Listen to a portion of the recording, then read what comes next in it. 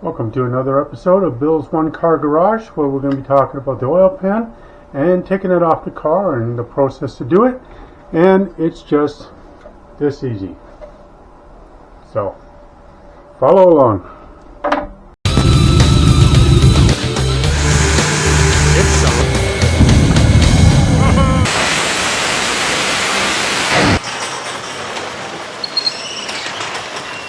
Alright, so we'll talk about the oil pan bolts here. So these are my new bolts. These are ARP 134 1802, and it specifically says for the one-piece oil pan gasket. They're a little bit longer, so your stock bolts are ½ inch, and the ARP are 3/4, and your corner bolts, they're a little bit longer too. I think they go from 3/4 up to 1 inch. So yeah, you get a 1/4 inch more on all your bolts just to make up the difference with a thicker one-piece oil pan gasket. You can get these up in there on even with the one piece, but you're only going to catch a thread or two. They do torque down, but you know, you'd rather have more meat on there. And what I did to get mine started was to actually use a longer bolt on each corner, get all these pulled up in, and then I'd start on the perimeter with the shorter ones and then swap these back out for my stock bolts. These bolts here should eliminate that, and they're nice. Of course, they're ARP, and come with washers. I just didn't take them out of the package yet because I don't want to start losing washers and all that. With anything, keep organized. See, I have here oil pan C3. These are my rad mounts. You could say just put the bolts back in, put everything kind of back in just to keep it all together and be organized. So that's it. So let's get the oil pan. Alright, like the first thing I said, we're going to start off with pulling off the idle arm to get the oil pan out, which is right here. I've already taken off the top bolt out of there. You can see the bracket in the frame. It's hard to get down here with these air conditioning lines, but anyways, this bracket here holds us in. This is normally straight up and down, but like I said, I've already loosened up a bolt from the top and taken this out. This is all 9/16 threads. I mean 9/16 hex socket you're going to use. They're on fine threads and they're with lock washers, so you got to make sure you get a wrench on each side. The bottom bolt will have to access from the bottom of the car, and the bolt for the bottom one actually goes through the frame, and it has a carriage bolt head on this side of the frame. So we'll get under the car and alright, so we are laying under the car now, and you can see the bottom of the idle arm here, and the bolt is just up over here. And like I said, the back of the bolt actually comes through the frame up here. So we're just going to put a wrench on this and get this off, and then what we'll do, you can see here the idle arm comes down, attaches to the connecting rod across the front of the steering. There's your tie rod ends here. Some people say pop this tie rod end off, pop this one off the idle arm, and drop it. You can do that if you want to do it that way, and then you see that you will drop all of this off and it'll swing down out of the way. But like I said, I found that just taking the idle arm off, I'm able to pull this down and make enough room. So let's have a look here.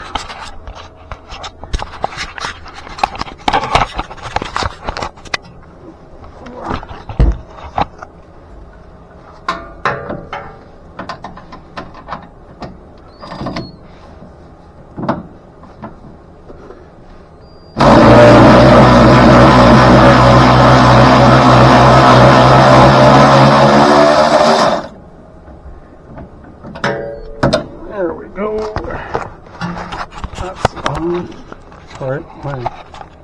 camera dropped, but you guys don't need to see that. Anyways.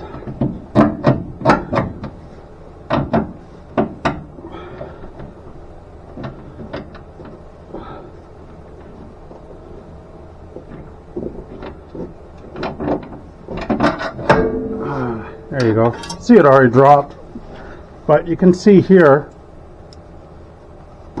the bolt is pretty long, and it has a carriage end on it, because it does go right through the frame. So now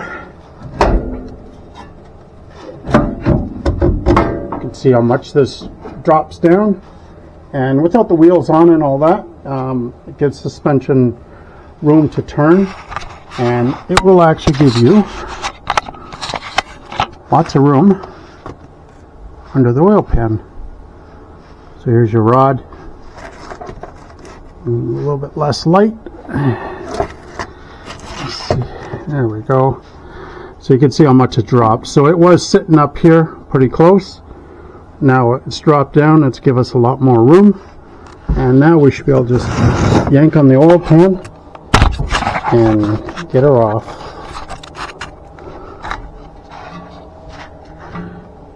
Where's my junk?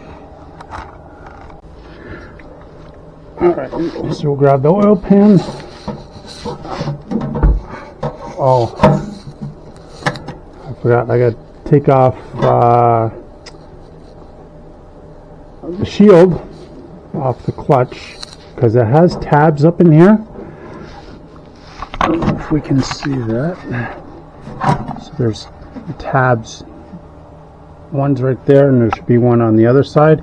So we'll take the shield off first so we can drop the pan. Alright, so with the starter bolts out, all the bolts out of the shield here, the clutch plate, I left the front bracket on the starter just so I could loosen it up just enough so this plate can pivot, and that'll give you a little bit of clearance that you need to get the oil pan out. Don't forget to take out your dipstick first. But if I can get up in here, I will show you. Just push in your tin plate a little bit, and then you can get your oil pan out, and it'll come out the back. Just like that. Alright, so now that we have the oil pan down, we'll remove the rest of the gasket. I don't know why this part's stuck on pretty good. And we'll clean everything up under here. So this is your oil pump. It's held up with a bolt on the other side up through the rear main bearing cap. When you drop out your oil pump, don't forget you got your shaft right here too. That'll come down with it. Make sure you put that back in when you're done. The two-piece main seal, like in this car, I've actually changed it out. So what it is you pull a main bearing cap. So you pull your oil pump, pull your main bearing cap in the rear here, and you'll drop that down, and you'll see one half of the rear main seal inside, and the other half is up inside the block. So all you do, the one up in the block, you take it and you use a little screwdriver, you start to give it a push, and you'll see it'll actually push through and start come out the other side. So you can grab the other side as it comes out with a pair of needle nose pliers or a pair of pliers and pull it right out, and that's how you're going to put your top seal back in. So when you get your two-piece main seal in the pack, take it, slowly feed it up in there, and gently just push it around, and it'll work its way through the passage and come out the other side. When it comes out the other side and you're ready to put your bearing cap back in with your other half into that's seated into the bearing cap, you're just going to put a tiny little bit of RTV up there. You don't want a lot because you don't want it to break free and get into your oil system.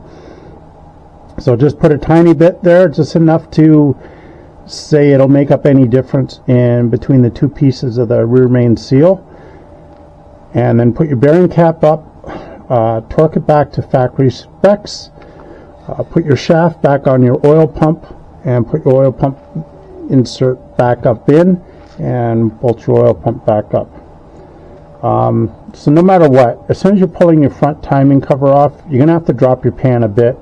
So you might as well go the extra effort, drop it all the way down like this, get everything cleaned up, have a quick check, make sure all your windage tray, if you have one. Like I said, this is an L82, so it's basically all forged bottom end. It had a lot of good parts right from the factory. It had guides in the heads, better push rods, it had a better cam.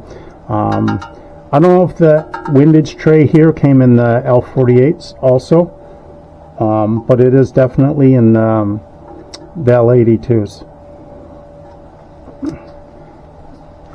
Alright, so I think that's about it. So I'm going to clean all this up, and as soon as I can get my front timing cover back on, well, obviously I need my cam in first. So I'll get my cam in, get the front cover on, we'll get all that set up for the clearance. Get all that built back up, and then it'll give us the opportunity to drop our put our oil pan back up. In the meantime, also I'm going to kind of clean up my oil pan and give it another paint job. I guess it was kind of rough with it last time putting it back in after I painted it, and I kind of marred it up. But those longer bolts we were looking at earlier will help sealing up with this much thicker gasket to get these bolts through and get that set up. So until next time, take care.